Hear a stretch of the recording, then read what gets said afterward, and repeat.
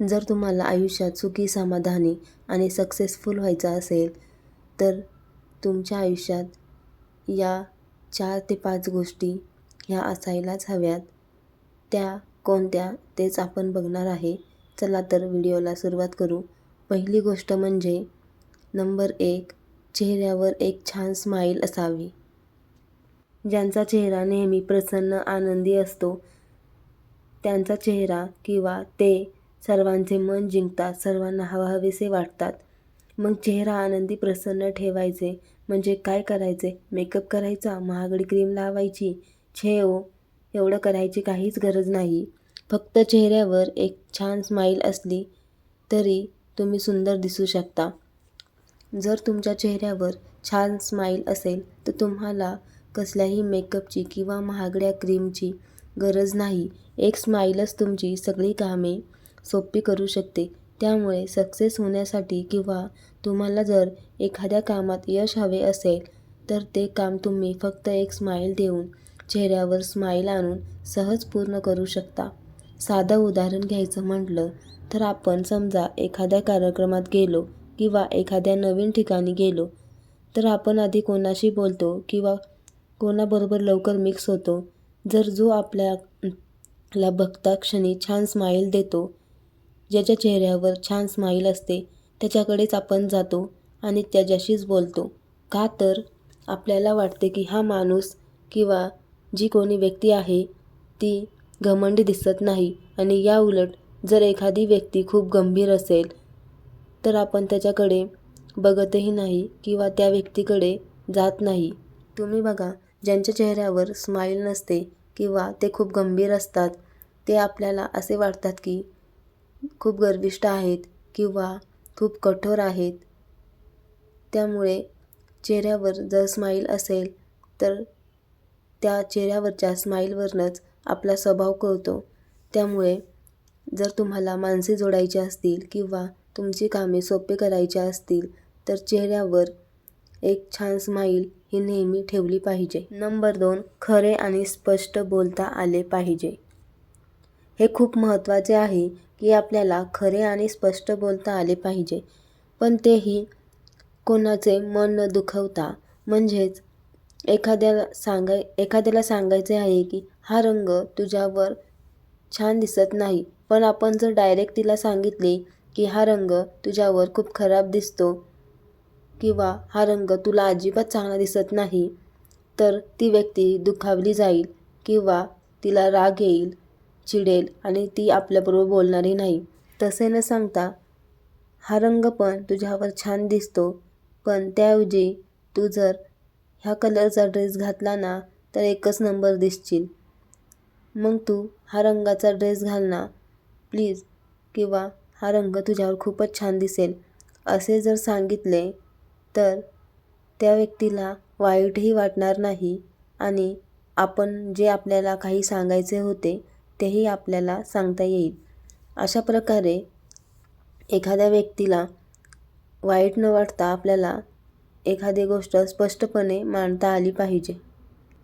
स्पष्ट बोलणारे खूप कमी लोक असतात आणि जर अशा लोकांना बघितलं तर तुम्हाला माहीतच असतात की असे लोक खूप बिनधास्त असतात.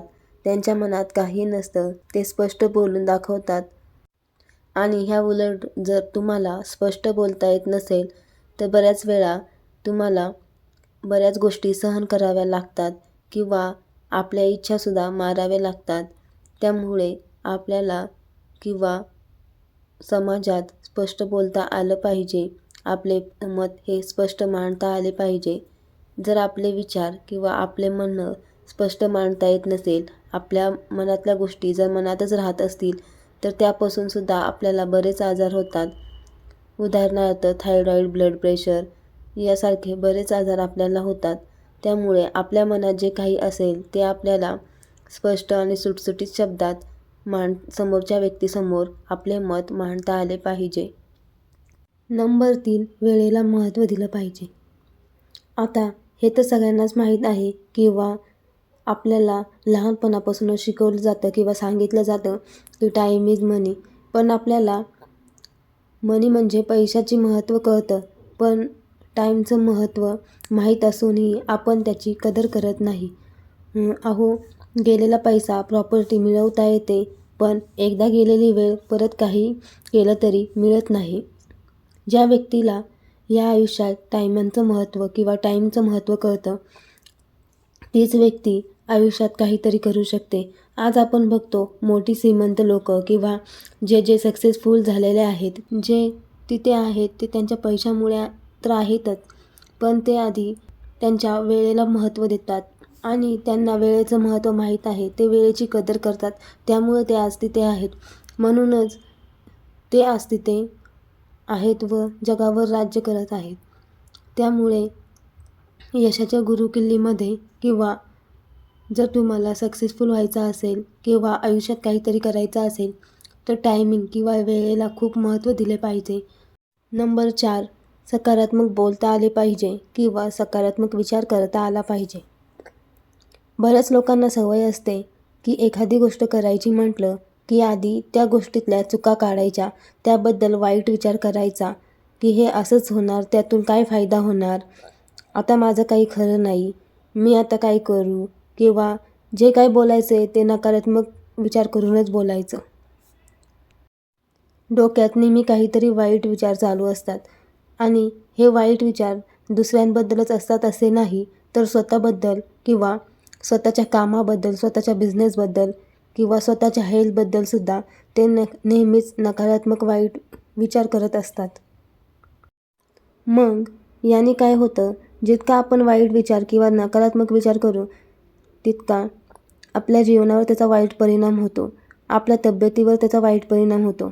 समजा एखादी गोष्ट आपल्याला करायची आहे आणि ती गोष्ट करायच्या आधीच आपण त्या गोष्टीविषयी वाईट विचार करत असू किंवा वाईट बोलत असू की मला हे जमणारच नाही, मी हे करणार नाही, हे कसं काय होईल, असे जर आपण विचार करत असू किंवा म्हणत असू तर ती गोष्ट आपण एवढ्या मनापासून किंवा जास्त कष्ट घेऊन करणार नाही आणि नुकसान आपलेच होणार. आणि या उलट जर आपण त्या गोष्टीचा चांगला विचार केला, सकारात्मक विचार केला की मला हे जमणार आहे, मी हे करणार आहे, ही गोष्ट मी मनापासून केली तर मला त्याचा फायदा होईल, असा विचार करून जर ती आपण गोष्ट केली तर त्या गोष्टीचा आपल्याला नक्कीच खूप चांगला फायदा होईल. तसेच सकारात्मक विचाराने आपल्या तब्येतीवर पण चांगला परिणाम होतो. असे लोक छान आयुष्य जगतात, निरोगी आयुष्य जगतात. आणि या उलट नकारात्मक विचार करणारी माणसे जास्त चिडचिडी, डिप्रेशन असलेली, कमी आनंदी असलेली, तसेच अशा नकारात्मक विचारामुळे ते बऱ्याच आजारांना निमंत्रणही देतात. त्यामुळे नेहमी माणसाने सकारात्मक विचार करावा व छान आयुष्य जगावं. हे बघा, आपल्यापुढे कोणतीही परिस्थिती असू दे, त्या परिस्थितीला सकारात्मक विचाराने पुढे जाणे हे कधीही फायद्याचे. कारण ज्या गोष्टी घडायच्या आहेत त्या घडतातच. त्यासाठी आपण नकारात्मक विचार करून काय होणार आहे, या उलट नकारात्मक विचार केल्याने आपले जास्तच नुकसान होणार आहे. त्यापेक्षा आहे ते परिस्थितीला आनंदाने, सकारात्मक विचाराने तोंड दिले पाहिजे, तरच आपले काम सोपे होईल. नंबर 5, मोठ्यांचे ऐकले पाहिजे. मोठी माणसे म्हणजे वयाने मोठे आपले आई-वडील, आपले गुरु, आजी-आजोबा यांचे नेहमी ऐकले पाहिजे. ते काय सांगतात, कशासाठी सांगतात याचा विचार केला पाहिजे. कारण ते जे काही सांगत असतात, बोलत असतात ते त्यांच्या अनुभवावरून सांगत असतात की त्यांना वाटत असतं की आपण जी चूक केली ती आपल्या मुलांनी करू नये, आपलं नुकसान होऊ नये, म्हणून ते त्यांचे विचार आपल्याला सांगत असतात. आणि आपण जर एखादी गोष्ट करत असताना त्यांचा सल्ला घेतला तर त्याचा आपल्याला फायदाच होतो. कारण ते सुद्धा त्या परिस्थितीतून गेलेले असतात, त्यांना माहीत असतं की काय चूक, काय बरोबर. मग ते आपल्याला योग्य तो सल्ला देतात आणि यातून आपण आपलं बरंचसं नुकसान टाळू शकतो किंवा जे पुढे काही संकट येणार आहे किंवा जी पुढे काही परिस्थिती येणार आहे याचा आपल्याला अंदाज येऊ शकतो. त्यामुळे घरातल्या मोठ्यांचा सल्ला घेणे किंवा जे अनुभवी लोक आहेत त्यांचा सल्ला घेणे, त्यांचे ऐकणे खूप महत्त्वाचे असते किंवा ते कधीही आपल्या फायद्याचंच ठरत असतं. भले तुम्ही ते सांगतात ते करू नका, पण तुम्ही जे करता किंवा करणार आहे ते त्यांना सांगा, त्यांचे विचार घ्या. म्हणजे एखादे जरी संकट तुमच्यावर आले तरी ती मोठी माणसे तुमच्या पाठीशी उभे राहतात, तुम्हाला आधार देतात. दरवेळेस त्यांच्या गोष्टी तुम्हाला पटतीलच अशा नाही. जरी एखादी गोष्ट पटली नाही तरी त्यांचे ऐकणे, त्यांचा सल्ला घेणे हे आपले किंवा आपल्यासाठी खूप फायद्याचे असते. त्याच्यामुळे मोठ्यांचा सल्ला घेतला तर आपले नुकसान तर कधी होणारच नाही, पण यामुळे आपला फायदा मात्र नक्की होऊ शकतो. तर हे होते यशाच्या गुरुकिल्लीचे छोटेसे पण तेवढेच महत्त्वाचे मुद्दे. जर तुम्हाला हा व्हिडिओ आवडला असेल तर व्हिडिओला एक लाईक नक्की करा आणि आपल्या चॅनललाही सबस्क्राईब करायला विसरू नका.